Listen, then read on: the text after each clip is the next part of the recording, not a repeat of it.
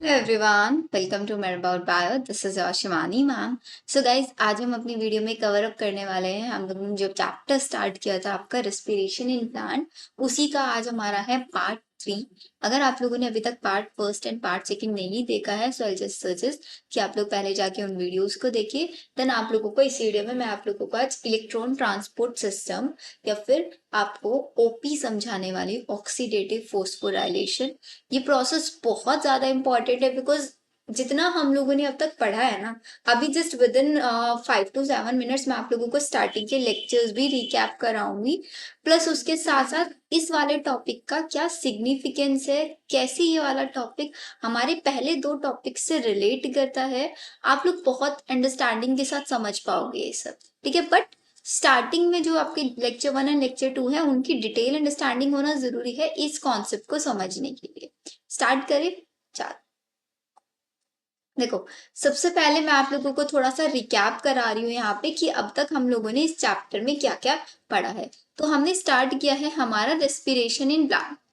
Exactly, respiration in plant. तो सबसे पहले हम लोगों को एक चीज, जैसे ही मेरे सामने वर्ड आता है रेस्पिरेशन, तो मैं याद करती हूँ कि भाई respiration can be of 2 type. First, aerobic respiration which can be circulate in the presence of oxygen, and another one is anaerobic without oxygen occurring process. 2 type के प्रोसेस पढ़े थे। फिर मैंने यहाँ पे एक चीज देखा था कि भाई जब भी मेरे पास एरोबिक रेस्पिरेशन होता है, so in the presence of aerobic respiration, how many number of ATPs form? 38 ATP. But if we are talking about the anaerobic respiration, how many numbers of ATP form? Only 2 ATP. वो difference कहाँ से यहाँ पे create हो रहा था? वो difference create हो रहा था हमारा लिंक रिएक्शन के बाद।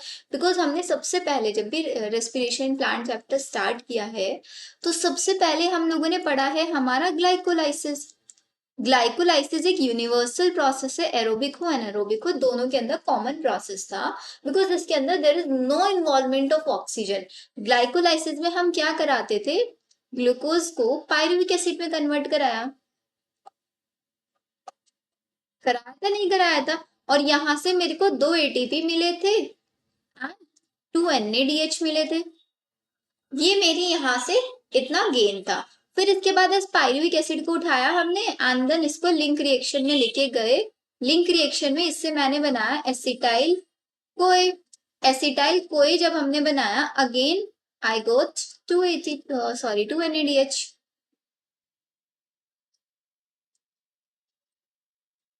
अगेन मेरे को 2 NADH, अगेन 2 पायरुविक एसिड है, 2 एसिटाइल को है, तब हमको 2 NADH मिले। एक एसिटाइल को ऐसे, एक NADH। इतना सही है। फिर इस एसिटाइल को एक को हमने लिया, एंड एसिटाइल को ऐसे आपका, अगेन अगर हमने इसको किस में लेके गए थे, फिर हम क्रेब्स साइकिल में। Krebs cycle, because 2 acetyl co है तो क्रेब्स साइकिल कितनी टाइम्स रन होगी? 2 बार क्रेब्स साइकिल रन होगी। एक क्रेब्स साइकिल में मेरे को कितने मिल रहे थे? एक क्रेब्स साइकिल में मेरे को 3 NADH मिल रहे थे, प्लस FADH मिल रहा था, प्लस GTP मिल रहा था। ये मेरा यहाँ तक का टोटल इनपुट रहा था, जितना मैंने आप लोगों को पढ़ाया था। बताओ यहाँ तक सब कुछ क्लियर है या नहीं है? एसिटाइल को एक कॉमन एंट्रेंट था क्रेब्स साइकिल का, था नहीं था? बस यहाँ पे चेंज क्या हो जाता है कि अगर मैं एनारोबिक रिएक्शन करा रही हूँ, तो एनारोबिक रिएक्शन में एसिटाइल को ही ना बन के क्या बन जाता था मेरा? लैक्टिक एसिड या फिर इथेनॉल बन जाता था। लैक्टिक एसिड और इथेनॉल में मेरे जो ग्लाइकोलाइसिस में 2 NADH बने ना, ये यूज हो जाते थे। अब ये यूज हो गए, आगे कोई क्रेब साइकिल नहीं हो रही है, कोई 3 NADH नहीं बन रहा है, then there will be no gain of ATP. सिर्फ 2 ATP जो ग्लाइकोलाइसिस में बने, वही मेरा ओवरऑल गेन रह जाता था। यही था ना पूरी कहानी। अब मेरे पास टोटल, अब हमें पता है कि हमको एनर्जी चाहिए। भाई respiration is the oxidation of energy, चाहिए ना हम लोगों को। तो एनर्जी हम लोग कहाँ से बनाएंगे? एनर्जी हम लोगों को मिलती है एटीपी से। ATP is the energy currency of cell. अब आप सोच रहे कि मैम यहाँ पे तो NADH मिला है, FADH मिला है, जीटीपी मिला है, तो GTP is also ATP. GTP को एटीपी के इक्विवेलेंट हम कंसिडर करते हैं। बट ये जो NADH है, ये जो FADH है, इससे एटीपी कहाँ से बनवाए भाई? ये तो वो बात हो गई, किसी ने मेरे को पैसे दिए, पैसे दे दिए उसने चेक की फॉर्म में। मेरे को नहीं पता यार बैंक कहाँ है मेरे पास में। जब तक मेरे को बैंक का नहीं पता होगा, मैं उस चेक को कैश में कन्वर्ट नहीं करा सकती हूँ। पैसा होना ना होना बराबर है। है नहीं है, सेम चीज यहाँ पे। अभी NaDH और FADH मेरे पास चेक के जैसे हैं, इसको उठा के मेरे को कहाँ लेके जाना है, बैंक में लेके जाना है, और बैंक मेरे को इसको रिटर्न में क्या देंगे, कैश देंगे। लेकिन अब ये बैंक जो है इसी बोलते हैं ETS। This bank is known as ETS, जहां पे हम NaDH को लेके जाएंगे और रिटर्न में मेरे को ATP मिलेगा, डायरेक्ट एनर्जी मेरे को वहां पे मिलेगी। जल्दी से, अब हम लोगों ने छोटी क्लासेस में एक चीज पढ़ा है, which organelle is known as power house of the cell. पढ़ी है सबने, power house of the cell किसको बोलता है, हम हमेशा बोलते हैं माइटोकॉन्ड्रिया है। किचन ऑफ द सेल हमारा क्लोरोप्लास्ट है। तो वो जो हम वहां पे लाइन पढ़ते थे बचपन में, वो अब क्लेरिफाई हो रही है नहीं हो रहा है, क्यों हम माइटोकॉन्ड्रिया को power house of the cell बोल रहे हैं, बिकॉज वो पावर पावर दे रहा है in the form of energy, in the form of ATP। कैसे, क्योंकि ये जो आपका प्रोसेस है लिंक रिएक्शन मैट्रिक्स में चल रहा है माइटोकॉन्ड्रिया के, ये Krebs cycle matrix of mitochondria में चल रही है, मैट्रिक्स ऑफ माइटोकॉन्ड्रिया। फिर ये सारे के सारे जो NADH FADH ये सब बने ना, ये सब अब कहाँ जाएंगे, ये सब उठ के अब जाएंगे हमारे बैंक में। बैंक कहाँ है हमारा, बैंक है inner membrane of mitochondria, inner membrane of mitochondria, and this bank here is known as ETS, electron transport system. आया समझ में, एक बार और समझाती हूँ। अब इसी को थोड़ा सा और क्लेरिफाई करा, दिस इज योर माइटोकॉन्ड्रिया।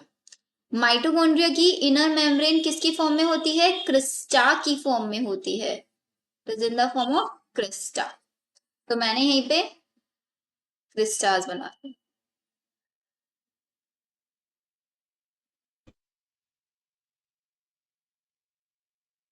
ठीक है। तो ये हमारे पास this is our outer membrane, this is our inner membrane. Inner membrane की फोल्डिंग्स को हम यहाँ पे क्या बोलते हैं, foldings of inner membrane here is known as crista, ठीक है। अब हमें क्या देखा, बाहर है हमारे पास साइटोप्लाज्म, साइटोप्लाज्म में रन हुआ मेरा ग्लाइकोलाइसिस, और ग्लाइकोलाइसिस से क्या बना, ग्लाइकोलाइसिस से बनता है हमारा पायरुविक एसिड, ठीक है। ग्लाइकोलाइसिस से बना पायरुविक एसिड। अब उस पायरुविक एसिड को उठा के मैंने ट्रांसपोर्ट कर दिया किधर, मैट्रिक्स ऑफ माइटोकॉन्ड्रिया में, the inner space is known as matrix. यहाँ पे मेरा ये पायरुविक एसिड आ चुका है, और ये अपने साथ क्या लेके आया, ये अपने साथ 2 NaDH लेके आया, ये आपका NaDH लेके आया। फिर ये पायरुविक एसिड आपका मैट्रिक्स में ही लिंक रिएक्शन चलाएगा, और लिंक रिएक्शन में अगेन 2 NaDH बना देगा। तो टोटल कितने हो गए अब तक, 4 NaDH हो गए। फिर मैट्रिक्स के अंदर ही आपकी चलेगी Krebs cycle, this is your Krebs cycle. और क्रेब्स साइकिल में अब मैं 2 के रिस्पेक्ट में बात कर रही हूँ, तो 2 क्रेब्स साइकिल में मेरे पास बनेंगे 6 NaDH और 2 FADH। तो टोटल कितने हो गए, 2 और 2 4, 4 और 6 10। तो मेरे पास मैट्रिक्स में इकट्ठे हो गए हैं कितने, 10 NaDH और 2 FADH। ये आके मेरे पास मैट्रिक्स में, किसके मैट्रिक्स में, माइटोकॉन्ड्रिया के मैट्रिक्स में आके इकट्ठे हो गए।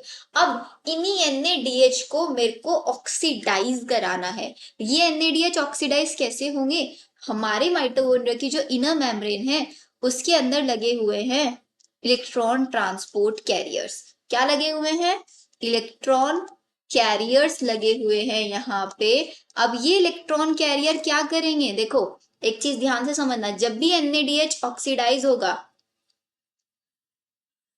तो क्या बनाएगा, Na positive plus 2H positive plus 2 electrons बनाएगा। और जब भी आपका FADH ऑक्सीडाइज होगा तो ये क्या बनाएगा, ये आपका FAT positive plus 2H positive plus 2 electrons बनाएगा।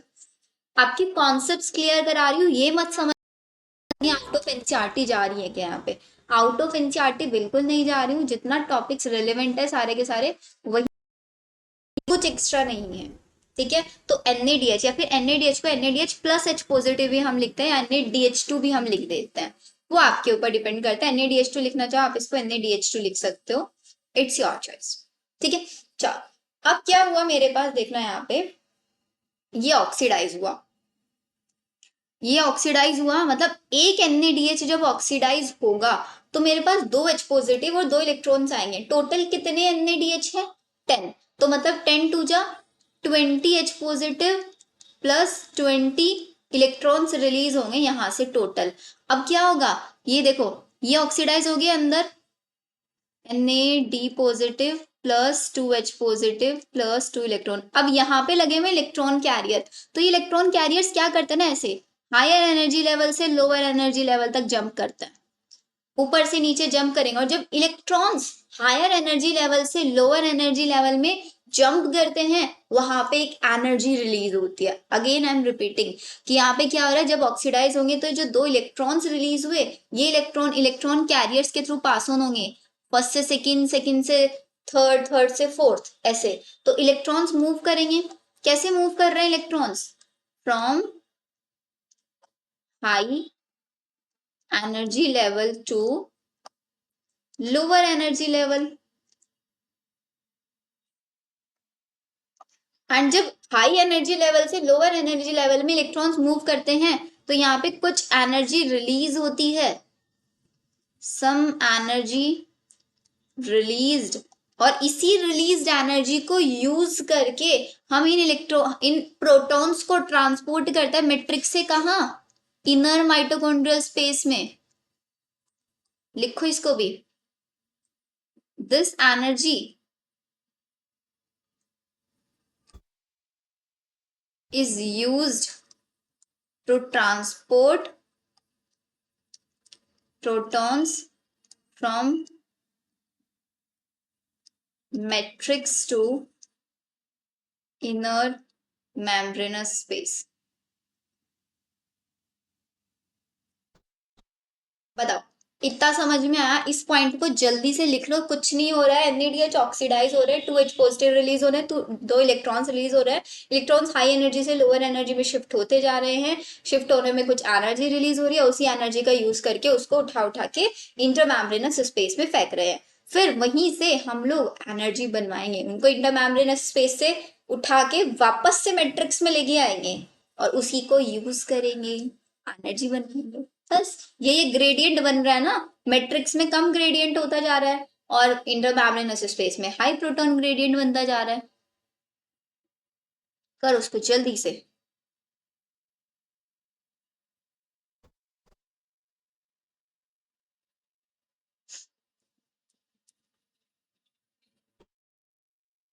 हो जाए तो बताना, then will move on.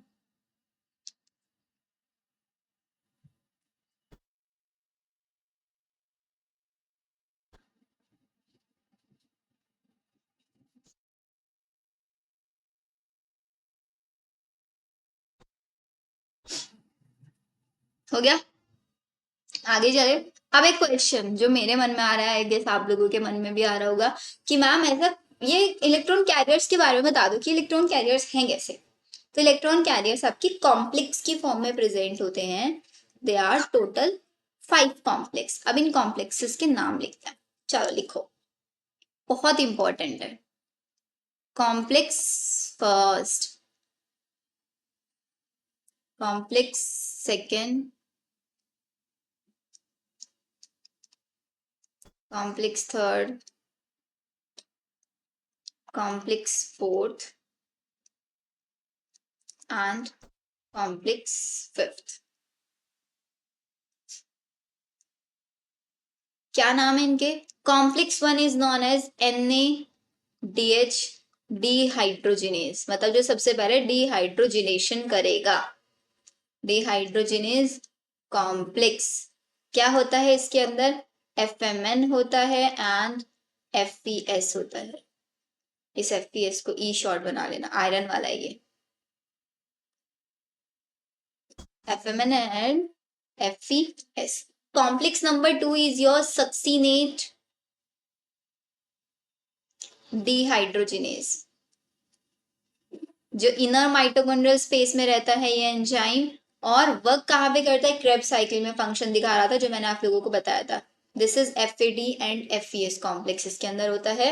And complex number 3 is your cytochrome BC1 complex. Complex number 4 is your cytochrome A3 complex. Complex number 5 is your ATP synthetase. ये लिखो जल्दी जल्दी से, इसको नोट डाउन कर लो।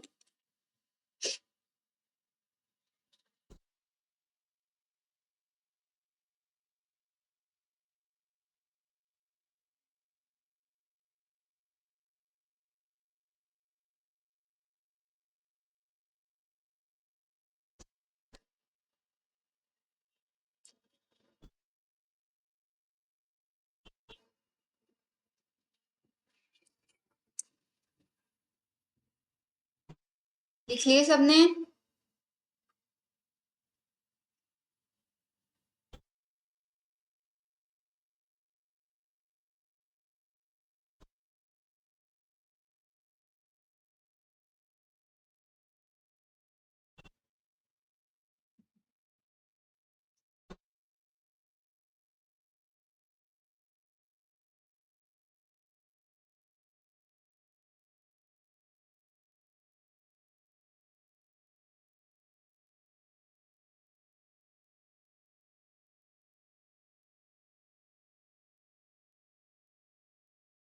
आई गेस हो गया होगा अब तो।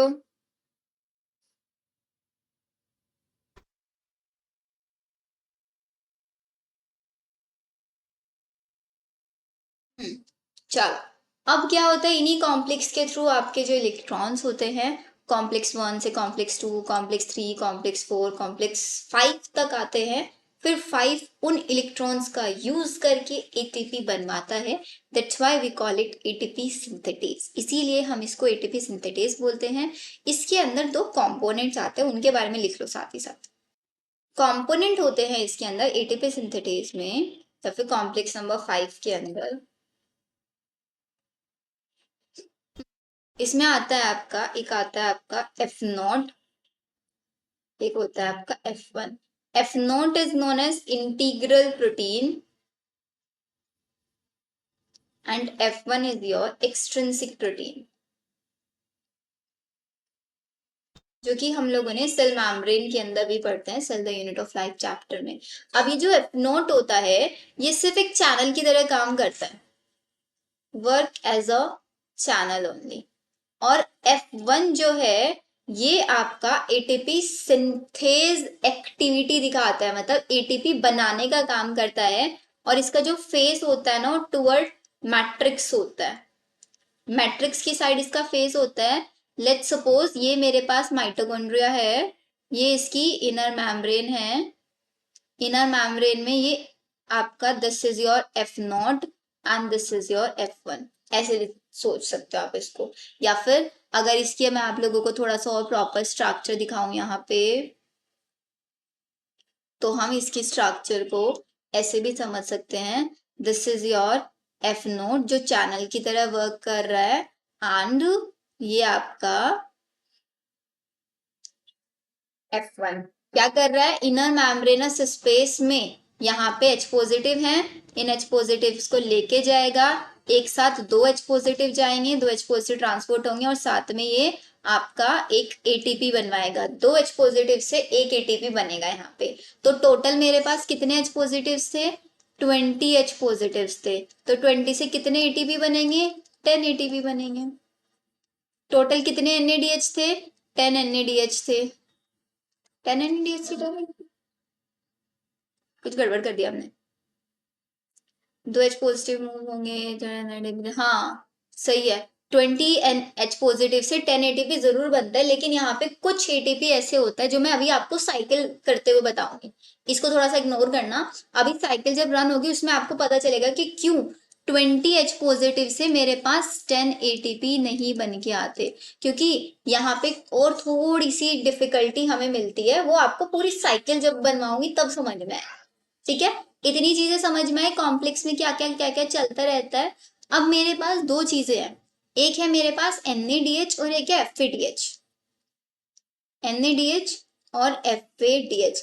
NADH और FADH दोनों के दोनों अलग अलग टाइप के कॉम्प्लेक्स यूज करते हैं। जैसे NADH जो है, इससे ATP बनवाने के लिए मैं कॉम्प्लेक्स नंबर 1 यूज करूंगी, complex number 3 and complex number 4। But FADH से मैं कॉम्प्लेक्स नंबर 2 यूज करूंगी, complex number 3 and complex number 4। Fifth तो दोनों में यूज होगा। NADH में 1 3 4, FADH में 2 3 4, ऐसे हम यूज करते हैं इनके अंदर। ये आपको याद रखना है। अब इनके अंदर कुछ इलेक्ट्रॉन कैरियर्स भी प्रेजेंट होता है कि कॉम्प्लेक्स 1 से कॉम्प्लेक्स 2 बहुत डिस्टेंस पे है, उनके बीच में इलेक्ट्रॉन को लेके जाने के लिए कुछ कैरियर्स लगे होते हैं। कहाँ पे होंगे वो आपको बताऊंगी, बट इससे पहले लिख लो, जिनको हम बोलते हैं मोबाइल इलेक्ट्रॉन कैरियर। इनके ऊपर भी क्वेश्चन आता है। मोबाइल इलेक्ट्रॉन कैरियर्स आपके दो टाइप के आपको मिलेंगे, UQ, UQ is known as ubiquinone, and एक होगा आपका cytochrome C. Ubiquinone and cytochrome C. जो साइटोक्रोम सी होता है एक स्मॉल साइज का प्रोटीन होता है, जो एनसीईआरटी ने डायग्राम में भी दिखाया हुआ है। स्मॉल प्रोटीन कहाँ पे प्रेजेंट होता है? Toward outer surface of inner membrane. Inner membrane की आउटर सरफेस की साइड ये प्रेजेंट होता है। Outer surface of inner.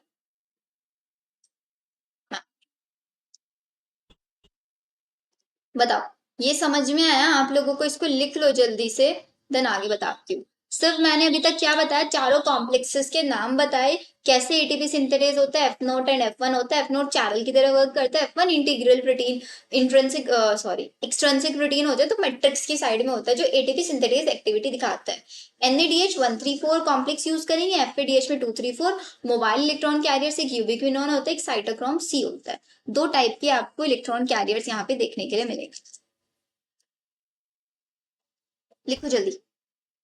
जो यूबिक्विनोन होता है ना, यूबिक्विनोन के ऐसे लिख लो, ये इलेक्ट्रॉन कैरी करता है कॉम्प्लेक्स नंबर 1 से लेके कॉम्प्लेक्स नंबर 3 तक।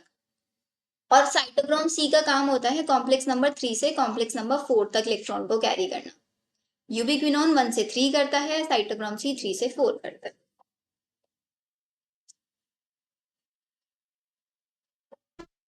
नेक्स्ट जो क्वेश्चन यहाँ पे आता है, फाइनल इलेक्ट्रॉन एक्सेप्टर कौन होता है? बहुत क्वेश्चन आता है। Final electron acceptor is your oxygen. Oxygen को हम कंसीडर करते हैं कि ये हमारा भाई फाइनल इलेक्ट्रॉन एक्सेप्टर है। लिख लो इसको, देन विल मूव ऑन। चले, अब एक कॉम्प्लेक्स मैं आपको बना के दिखा रही हूँ NADH का। FADH का आप लोग खुद से ट्राई करोगे।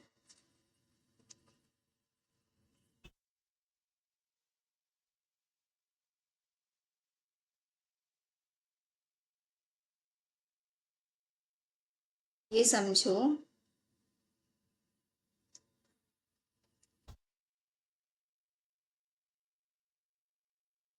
This is your outer membrane,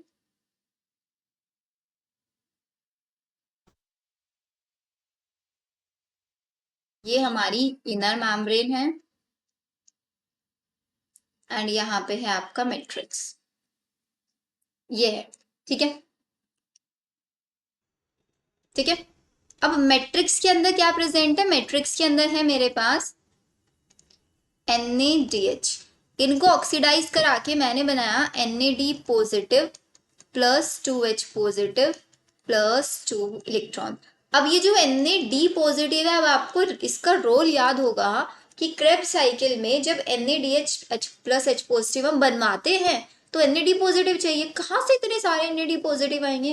तो ये जो NAD पॉजिटिव यहाँ पे ऑक्सीडाइज होके बन रहे हैं ना, ये वापस से क्रेब्स साइकिल में जाते हैं, वापस से आपके लिंक रिएक्शन में जाता है। कोई नए नहीं बनते वहां पे हर बार, यही रिसाइकलिंग होते रहता है। ठीक है, यही रिसाइकलिंग चलता रहता है आप लोगों का, ये चीज आपको याद रखनी है। अब ये मेरे पास जो दो इलेक्ट्रॉन्स है, सबसे पहले आएंगे कॉम्प्लेक्स नंबर 1 में। कॉम्प्लेक्स नंबर 1 क्या बताया था मैंने आपको? FMN and FES। तो ये दो इलेक्ट्रॉन्स आए। अब ये इलेक्ट्रॉन्स आपके यहाँ आ गए एंड यहाँ से FMN से FeS में ट्रांसफर होंगे। जैसे ये FMN से FeS में ट्रांसफर होंगे, ये दो H पॉजिटिव को कहां पे ट्रांसफर कर देगा? इंटरमेम्ब्रेन स्पेस से कहां पे? मैट्रिक्स में या इंटरमेम्ब्रेनस स्पेस में? जल्दी से बताओ। मैट्रिक्स में ट्रांसफर करेगा या इंटरमेम्ब्रेनस स्पेस में? मैट्रिक्स से तो आ रहे हैं ना H पॉजिटिव, मैट्रिक्स से H पॉजिटिव आ रहे हैं, 2 इलेक्ट्रॉन्स कैरियर के थ्रू मूव कर रहे हैं, और ये 2 H पॉजिटिव को यहां से उठाएगा और इंटरमेम्ब्रेनस स्पेस में शिफ्ट कर देगा। 2 electrons, sorry not 2 electrons, it's 2 H positive, 2 H positive को ये यहाँ पे शिफ्ट कर देगा। हो गया। अब ये मेरे पास था, this is my complex one, complex one के थ्रू काम फिनिश। मैं किसका बता रही हूँ आपको? NADH का बता रही हूँ। कॉम्प्लेक्स वन के बाद डायरेक्ट किस पे जाएंगे? कॉम्प्लेक्स नंबर 3 पे जाएंगे। ये मेरा कॉम्प्लेक्स नंबर 3। कॉम्प्लेक्स नंबर 3 क्या था? साइटोक्रोम BC1 था या नहीं था? BC1। अब अगेन ये इलेक्ट्रॉन को कॉम्प्लेक्स नंबर 3 तक लेके आने के लिए कौन रोल करेगा? बीच में यूबिक्विनोन होगा, और ये यूबिक्विनोन से जब इलेक्ट्रॉन जाते हैं, अगेन ये 2 H पॉजिटिव्स को ट्रांसफर करता है। तो अगेन इसने 2 H पॉजिटिव इंटरमेम्ब्रेनस स्पेस में शिफ्ट कर दिए। फिर 2 इलेक्ट्रॉन यूबिक्विनोन BC1 से BC1 में ट्रांसफर हुए, फिर यहाँ पे अगेन 2 H पॉजिटिव ट्रांसफर होता है। कॉम्प्लेक्स नंबर 3 के बाद कहाँ पे आएंगे? कॉम्प्लेक्स नंबर 4 में आएंगे। Which is your complex number 4? Cytochrome A3। यही था ना? Cytochrome A3। जब A3 से ट्रांसफर होते हैं, इस ट्रांसफर में कौन मोबाइल कैरियर हेल्प करता है? Cytochrome C। लिखा है था 3 से 4 ट्रांसफर करने में, 3 से 4 में ट्रांसफर करने में साइटोक्रोम C, 1 से 3 ट्रांसफर करने में यूबिक्विनोन। अगेन यहाँ पे क्या होगा? आपके अगेन 2 H पॉजिटिव रिलीज होंगे, लेकिन वो H पॉजिटिव हम यूज करेंगे किसमें? किसमें यूज करेंगे? अपने हाफ ऑक्सीजन प्लस ये 2 इलेक्ट्रॉन्स, क्योंकि इलेक्ट्रॉन्स यहां से आए, देखो यहां से 2 इलेक्ट्रॉन आए, यहां तक आए, इसके पास 2 इलेक्ट्रॉन्स आ गए, अगेन इसके पास 2 इलेक्ट्रॉन। अब इन 2 इलेक्ट्रॉन को हम आगे नहीं देंगे, कॉम्प्लेक्स नंबर 5 को नहीं देंगे। ये चीज याद रखनी है, कॉम्प्लेक्स नंबर 5 के पास नहीं जाएंगे इलेक्ट्रॉन, ये इलेक्ट्रॉन यहीं पे जो 2 H पॉजिटिव ट्रांसफर हुए उनके साथ कंबाइन होके बना लेगा वाटर। ऐसे ये प्रोसेस चलता है। अब यहाँ पे हाई ग्रेडियंट हो गया या नहीं हो गया? हाई ग्रेडियंट बन गया है ना? अब हमारा यहाँ पे प्रेजेंट है कौन? This is your integral protein and this one is F0 F1। अब ये H पॉजिटिव यहां से निकलेंगे और H पॉजिटिव जैसे ही ट्रांसफर होंगे तो 2 H पॉजिटिव से क्या बनेगा? एक ATP बनेगा। अब ये जो आपका ATP सिंथेटेज कॉम्प्लेक्स है, ये क्या कर रहा है? ये H पॉजिटिव्स को इंटरमेम्ब्रेनस स्पेस से उठा के मैट्रिक्स में डाल रहा है। मैट्रिक्स से उठाया, इंटरमेम्ब्रेनस स्पेस में डाला, इंटरमेम्ब्रेनस स्पेस से उठा के वापस मैट्रिक्स में जब ट्रांसफर करेंगे, वापस से हम ATP बनवा लेंगे। बताओ, आया समझ में? तो टोटल कितने H पॉजिटिव आए थे मेरे पास यहाँ पे इंटरमेम्ब्रेनस स्पेस में? 1 2 3, 3 टाइम्स, मतलब 6 H पॉजिटिव आए। तो 6 H पॉजिटिव से कितने ATP बनेंगे? 3 ATP बनेंगे। और हमें ये चीज पता है ना कि एक NADH से कितने ATP बनते हैं? 3 ATP। वो है जो सिर्फ एक NADH, जब एक NADH ऑक्सीडाइज हुआ तब मेरे को 3 ATP मिले। अब ये साइकिल कितनी बार चलेगी? टोटल 10 NADH है, 10 टाइम्स चलेगी। तब मेरे को 10 NADH से 30 ATP मिलेंगे, क्योंकि एक NADH से 3, 10 से 30। बताओ, आया समझ में या नहीं? फाइनल एक्सेप्टर इलेक्ट्रॉन्स का कौन है? ऑक्सीजन। वहां से क्या बनवाया? वाटर बनवाया। क्लियर? FADH का बनवा लोगे, एग्जैक्टली सेम रखना है, बस ऊपर complex number 2, complex number 3, complex number 4, ऐसे आप लोगों को लिखना है। वहां पे हाइड्रोजन रिलीज होंगे। अगेन कितने हाइड्रोजन रिलीज होंगे? टोटल 4 हाइड्रोजन रिलीज होंगे, 2 H पॉजिटिव यहाँ पे रिलीज होंगे, मतलब 2 2 करके, 2 एक टाइम, 2 एक टाइम, 4 H पॉजिटिव रिलीज होंगे एक टाइम पे। और जो एंड वाले में कॉम्प्लेक्स नंबर 4 पे H पॉजिटिव रिलीज होता है, वो तो ऑक्सीजन के साथ कंबाइन होकर वाटर बनवा लेता है, क्योंकि कॉम्प्लेक्स नंबर 2 से 3 में जब जाएगा तब एक बार 2 H पॉजिटिव निकलेंगे, फिर 3 से 4 में जाएगा तब कोई नहीं निकलेंगे, लेकिन बीच में वहां पे एक कैरियर आएगा ना, कौन से वाला? कौन सा वाला कैरियर आएगा वहां पे आपका आएगा साइटोक्रोम C1 वाला। एंड 2 से 3 ट्रांसफर करने में भी आपका यूबिक्विनोन हेल्प करता है, फर्स्ट से 3 में भी और 2 से 3 में भी यूबिक्विनोन। तो जब यूबिक्विनोन से जाता है तब भी 2H पॉजिटिव रिलीज होता है। डन, समझ आया? नहीं समझ में आएगा तो एक बार मेरे को कमेंट सेक्शन में बता देना कि मैम FADH वाला भी प्रोवाइड करा दो, मैं आप लोगों को शेयर कर दूंगी हमारा। सो यहाँ तक सबको अगर क्लियर है तो मैं अब आप लोगों को NCERT रीड कराना शुरू करती हूँ। लेट्स सी हमारी NCERT जितना हमने पढ़ा एग्जैक्टली वही पॉइंट्स लिखे हुए हैं या फिर कुछ मिस आउट कर रहा है, जस्ट चेक।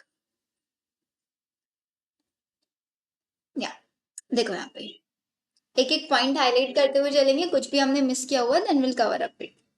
ठीक है, तो सबसे पहले आता है electron transport system ETS, which is also known as OP, oxidative phosphorylation. Following steps in the respiratory process are to release and utilize energy stored in the NADH plus H positive and FADH2। ठीक है, अब ये बोल रहे हैं कि जो आगे के स्टेप्स होंगे रेस्पिरेटरी प्रोसेस में उनका काम होगा कि जो एनर्जी स्टोर है मेरे चेक की फॉर्म में, जो मेरे पास पैसे हैं उनको बैंक में ले जाके उनको कैश में कन्वर्ट कराना, NADH2 प्लस FADH2 से वापस से ATP बनवाना। This is accomplished when they are oxidized through the ETS। ETS में इनका ऑक्सीडेशन कराएंगे, ऑक्सीडेशन से मेरे पास इनसे 2H पॉजिटिव प्लस 2 इलेक्ट्रॉन मिलेंगे, इलेक्ट्रॉन्स कैरियर के थ्रू मूव करेंगे, उन्हीं के थ्रू जो एनर्जी रिलीज होगी उसको यूज करके H पॉजिटिव को मैट्रिक्स से इनर मेम्ब्रेन स्पेस में डालेंगे, कॉम्प्लेक्स नंबर 5 का यूज करके इनर मेम्ब्रेन स्पेस से उठा के वापस मैट्रिक्स में डालेंगे और ATP बनवा लेंगे। And the electrons are passed on to the oxygen resulting in the formation of H2। And में फाइनल एक्सेप्टर था H2 बनवाया था। मेटाबॉलिक पाथवे एंड इसी मेटाबॉलिक पाथवे जिसके थ्रू इलेक्ट्रॉन पास होते हैं from one carrier to another, this pathway is known as electron transport system. इसकी location क्या होती है? Location is in mitochondrial membrane and electrons जो होते हैं from NADH2 let's see, NADH से प्रोड्यूस होते हैं जो माइटोकॉन्ड्रियल मैट्रिक्स के अंदर थ्रू सिट्रिक एसिड साइकिल, मतलब आपकी जो क्रेब्स साइकिल है, ऑक्सीडाइज हो जाता है बाय एन ATP डिहाइड्रोजिनेज, जो कॉम्प्लेक्स 1 मैंने आप लोगों को याद लिखवा दिया था। And electrons are then transfer to ubiquinone mobile electron carrier located within the inner membrane. Ubiquinone also receive reducing equivalent via FADH2 के थ्रू भी वो एक्सेप्ट करता है। मैंने आपको बताया FADH2 में 2, 3, 4 होते हैं, वहां पे FADH2 जब आपका ऑक्सीडाइज होगा अगेन वहां पे 2H पॉजिटिव 2 इलेक्ट्रॉन्स मिलेंगे, तो 2H पॉजिटिव यूबिक्विनोन लेगा और उनको उठा के इनर मेम्ब्रेन स्पेस में डाल देगा। That is generated during oxidation of succinate in the citric acid cycle. The reduced ubiquinone is then oxidized with the transfer of electron through cytochrome C via cytochrome BC1। ये वही complexes के नाम इन्होंने लिखे हुए हैं। cytochrome C again electron carrier small protein attached to the outer membrane of the inner membrane act as a mobile carrier for transport of electron from complex 3 से complex 4। then complex 4 is your cytochrome C oxidase जिसके अंदर AA3 present होता है and it has 2 copper centers। this is very important, बहुत important है बच्चों ये वाला। इसमें क्वेश्चन ये आता है which electron carrier have coppers, ऐसा कौन सा इलेक्ट्रॉन कैरियर है जो कॉपर कंटेनिंग होता है, तो कौन सा है आपका complex number 4 cytochrome AA3 is copper containing complex. Then यहाँ तक when the electron passes from one carrier to another, complex number 1 से लेके कॉम्प्लेक्स नंबर 4 तक जब चलते हैं ये in the ETS, they are coupled to ATP synthase. ATP synthase पे आता है for the production of ATP from ADP and inorganic phosphate. इस स्टेप को देख लो, स्टेप में क्या बोल रहे हैं कि भाई जब ये हमारे ATP सिंथेटेज के पास आएंगे, मतलब आपका कॉम्प्लेक्स नंबर 5 के पास आएंगे, तो उसमें क्या होता है एक ADP adenosine monophosphate inorganic phosphate के साथ कंबाइन होके ATP बनवाता है। जब यहाँ से H पॉजिटिव रन होता है 2H पॉजिटिव, ये उस टाइम पे होता है। Number of ATP molecule synthesise depend on the number of electron carrier, कितने इलेक्ट्रॉन कैरियर्स प्रेजेंट है। Oxidation of 1 molecule of NADH से 3 मॉलिक्यूल्स ऑफ ATP बनता है। क्यों बनता है? क्योंकि 6H पॉजिटिव रिलीज होता है उस टाइम पे। वाइल दैट ऑफ जब हम FeDH2 की बात करते हैं तो सिर्फ वहां पे 4H पॉजिटिव रिलीज होते हैं, जिसकी वजह से सिर्फ और सिर्फ 2 ATPs बन पाता है। Although aerobic process of respiration take place only in the presence of oxygen. So जो रोल है ऑक्सीजन का वो लिमिटेड है to the terminal stage of the process, yet presence of oxygen is vital since it derive the whole process by removing hydrogen from the system. फिर next हमको बताते हैं कि हमारा फाइनल हाइड्रोजन एक्सेप्टर कौन होता है। So final hydrogen acceptor is obviously your oxygen. Highlight करो इस पॉइंट को।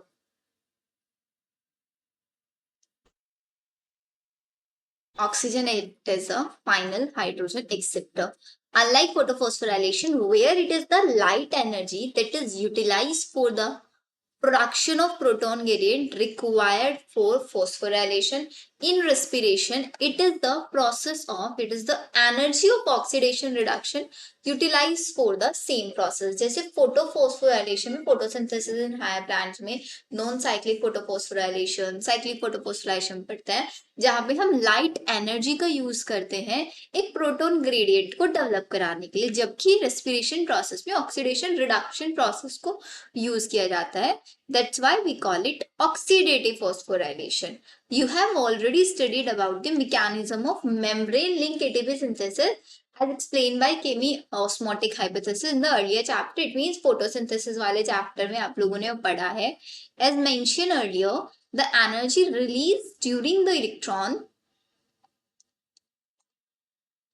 जो भी एनर्जी आपकी रिलीज होती है ड्यूरिंग द इलेक्ट्रॉन ट्रांसपोर्ट, उसी को हम यूटिलाइज करते हैं किसमें? हाइड्रोजन को शिफ्ट करने में utilise in the synthesising ATP with the help of ATP synthesis. जैसे कि हमको पता है F0 पार्टिकल चैनल प्रोटीन की तरह वर्क कर रहा है इधर, and this is your extrinsic protein, जहां से F1 पार्टिकल हम इसको बोल रहे हैं ADP प्लस इनऑर्गेनिक फोस्फेट से ATP बन रहा है with the help of 2H positive. Simple. इसके अंदर आपका F1 और F0 है। F1 क्या है? एक हेड पीस है, peripheral membrane protein complex contain the site for synthesis of ATP from ADP and inorganic phosphate. F0 integral membrane protein complexes that form the channel through which protons cross the inner membrane. The passage of protein through the channel is coupled to the catalytic site of the F1 component with the production of ATP. तो यहाँ पे finally हम लोगों को पूरा ETS समझ में आ गया है, जिसमें स्टूडेंट्स को बहुत ज्यादा डिफिकल्टी होता है समझने में। तो आई डोंट थिंक आपको यहाँ तक अगर ETS में कोई भी इशू है then you just drop a comment.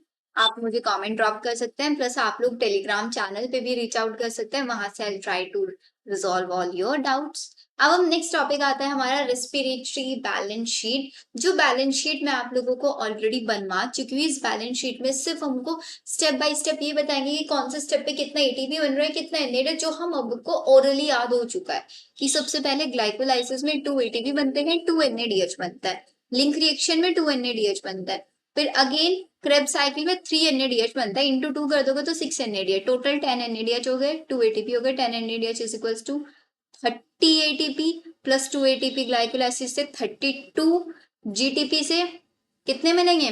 2 sorry GTP से एक 33, एंड बचे कितने अब हमारे FADH2। FADH2 से कितने मिलता है? 2 ATP, और हमारे पास कितने FADH2? 2, तो 4 ATP हो गए, 34 एंड 4 38। डन यहाँ तक? चार GTP 2 है, 2 GTP ऐड करेंगे तो 38 हो जाएगा। ये हो गया। यहाँ तक हम पूरा का पूरा प्रोसेस समझ सकते हैं। यहाँ पे बहुत इंपॉर्टेंट एक लाइन लिखी हुई है, there can be a net gain of 36 ATP molecule during aerobic reaction of 1 molecule. लेकिन अगर हम इसको कैलकुलेट करें, कैलकुलेशन के टाइम पे ये हमारा 38 ATP आता है, लेकिन यहाँ पे हमारा प्रोसेस वो लगता है कि भाई हमारे वो सेल्स, देखो it is useful to do the exercise to appreciate the beauty and efficiency of the living system extraction energy। मतलब हमारी बॉडी के जनरली वो पार्ट जो बहुत ज्यादा एक्सेसिव एनर्जी की जिनको रिक्वायरमेंट होती है, सिर्फ उनके अंदर 38 ATP प्रॉपर्ली बनते हैं। रेस्ट बाकी सारे के सारे सेल्स के अंदर जो टोटल गेन होता है, कैलकुलेटिव फॉर्म 38 है बट गेन 36 ATP। एक क्वेश्चन गारंटेड यहाँ से बनता है।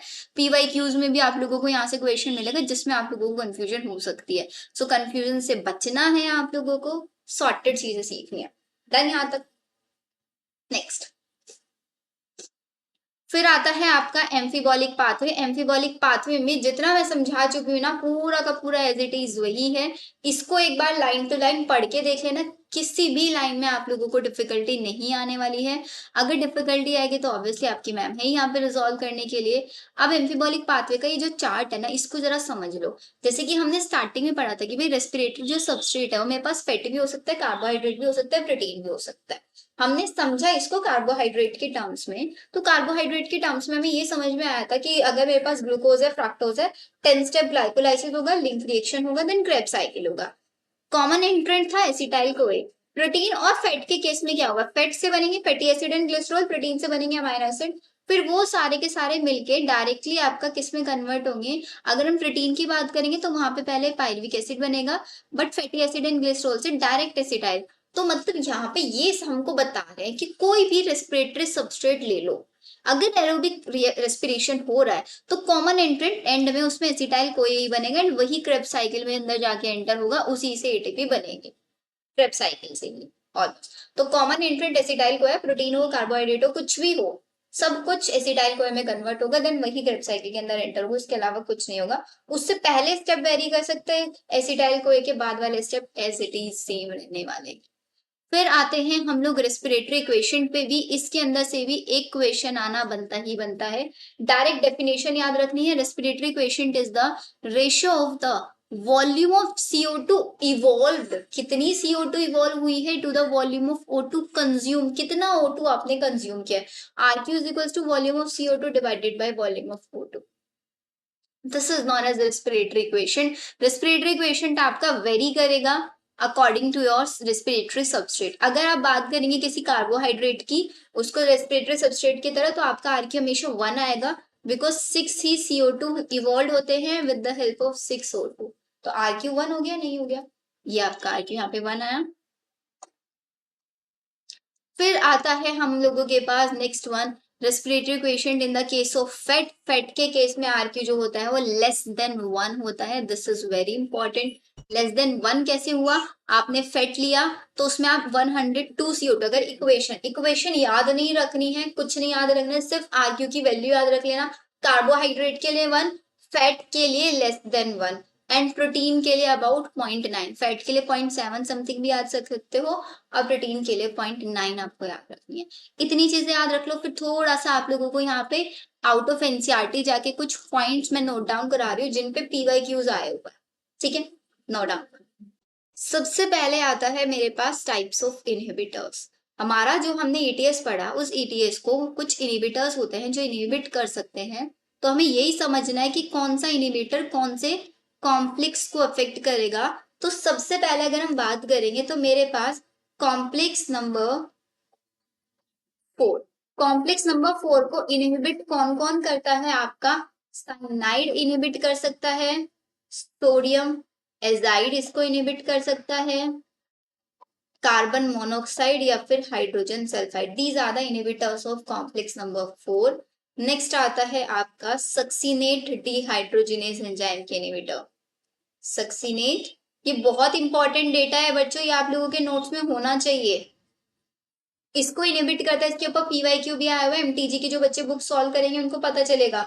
मेलोनेट या फिर मेलोनिक एसिड इसको इनहिबिट करता है, कॉम्पिटिटिव इनहिबिटर की तरह वर्क करता है ये यहाँ पे। फिर आता है आपका, क्योंकि एक एंजाइम है, एंजाइम की एक्टिव साइट से मेलोनेट इसके साथ कंपीट करता है। बायोमोलिक्यूल चैप्टर में कॉम्पिटिटिव इनहिबिटर टॉपिक आपने पढ़ा है। आपका ATP सिंथेसिस को भी इनहिबिट किया जाता है। एटीपी सिंथेसिस को कौन इनहिबिट करता है, आपका इसको इनहिबिट करता है 2,4-DNT, dinitrophenol. These are the inhibitors, ठीक है। अब आरक्यू में कुछ इंपॉर्टेंट पॉइंट्स आपको नोट डाउन करना है। Okay okay okay, sorry sorry sorry, लिख लो जल्दी से। Cyanide, sodium azide, carbon monoxide, H2S, succinate dehydrogenase की डिवीजन सिंथेसिस।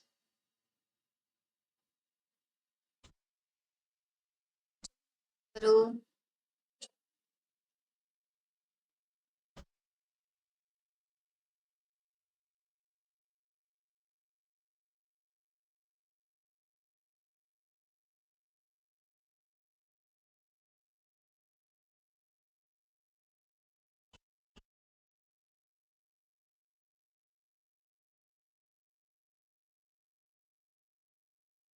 डन। अब लिखो आरक्यू पे। तो आरक्यू में हम लोगों को सबसे पहले कैंप प्लान्स के बारे में क्वेश्चन पूछा जाता है कि जो भाई हमारे कैंप प्लान्स होते हैं उनका नाइट में आरक्यू कितना रहता है एंड डे टाइम में आरक्यू कितना रहता है। तो अगर हम नाइट की बात करोगे तो नाइट टाइम में उनका आरक्यू 0 होता है, डे टाइम में आरक्यू होता है ग्रेटर देन 1। ठीक है। अगर हम बात करते हैं आपके सीड्स की, तो सीड्स में हमारे पास दो केसेस आते हैं। एक होते हैं आपके पास मैच्योरिंग सीड्स, एक होते हैं आपके जर्मिनेटिंग सीड। एक क्वेश्चन आपको पीवाईक्यू में जरूर मिल जाएगा यहाँ से। मैच्योरिंग सीड्स का जो आरक्यू होता है इज लेस देन 1 एंड इनका RQ is greater than RQ of anaerobic respiration. Anaerobic का जो आरक्यू होता है दिस इज इन्फिनिटी, क्योंकि एनारोबिक में O2 नहीं होता, तो CO2 बाई O2, O2 नीचे 0 लिखोगे तो आंसर आ जाएगा इन्फिनिटी। तो यहाँ पे हमारा फिनिश होता है बच्चों आपका रेस्पिरेशन इन प्लांट चैप्टर। जितना मैंने आप लोगों को पढ़ा दिया मोर देन सफिशिएंट है। इसके अलावा आप लोगों को इसके बाहर से कुछ नहीं करना है, सिर्फ और सिर्फ एमटीजी के आप लोगों को क्वेश्चन सॉल्व करना है। वो आप लोगों के पास एमटीजी है, अगर नहीं है आप लोग मेरे लिंक ट्री पे जाके भी आप चेक कर सकते हो, वहां से आपको मेरे नोट्स मिल जाएंगे। इवन हैंड रिटन नोट्स भी इसके मिलेंगे, मॉडल पेपर्स भी आपको मिल जाएंगे, सब कुछ आपको मिल जाएगा। शिवानी अंडरस्कोर बाया आप लोगों को लिंक ट्री पे जाके डालना है, आप लोग वहां से एक्सेस कर सकते हो। उसके अलावा अगर आप लोगों को एनसीईआरटी की लाइन टू लाइन क्वेश्चन चाहिए तो आप लोग एक बुक रेफर कर सकते हो, जो कि हमारी बुक होती है डॉक्टर अली ऑब्जेक्टिव बायोलॉजी। मेरे पास भी वो हार्ड कॉपीज भी उसकी अवेलेबल, इफ यू वांट मैं आप लोगों को दिखा सकती हूँ, उसका रिव्यू दे सकती हूँ कि वो कैसी बुक है, आप लोगों को पढ़नी चाहिए या नहीं पढ़नी चाहिए। ठीक है। अगर आप लोगों को वीडियो अच्छी लगी है, ये चैप्टर आप लोग अच्छे से पढ़ चुके हो, तीनों लेक्चर्स में आप लोगों का चैप्टर पूरी तरीके से कवर अप हो चुका है, तो बच्चों अपना फीडबैक जरूर देना, बिकॉज फीडबैक बहुत ज्यादा जरूरी होता है किसी भी टीचर के लिए, कि आप लोग अपने नेक्स्ट लेक्चर में या नेक्स्ट चैप्टर के अंदर हम क्या क्या चीजें इनकॉर्पोरेट करूँ, मैं चैप्टर वाइज में टॉपिक वाइज क्वेश्चन आप लोगों को साथ साथ सॉल्व कराऊं, या फिर कुछ थोड़ा और एनसीईआरटी बेस्ड करूँ, या फिर कुछ हैंड रिटर्न्स कराऊं, जो भी आप लोगों के सजेशंस हैं आप लोग प्लीज अपना सजेशन देना कमेंट सेक्शन में। नेक्स्ट वीडियो में आपको गारंटेड लिंक जरूर मिलेगा। वीडियो अच्छी लगे तो लाइक करना, शेयर करना, सब्सक्राइब करना। Will see in the next video. Bye bye.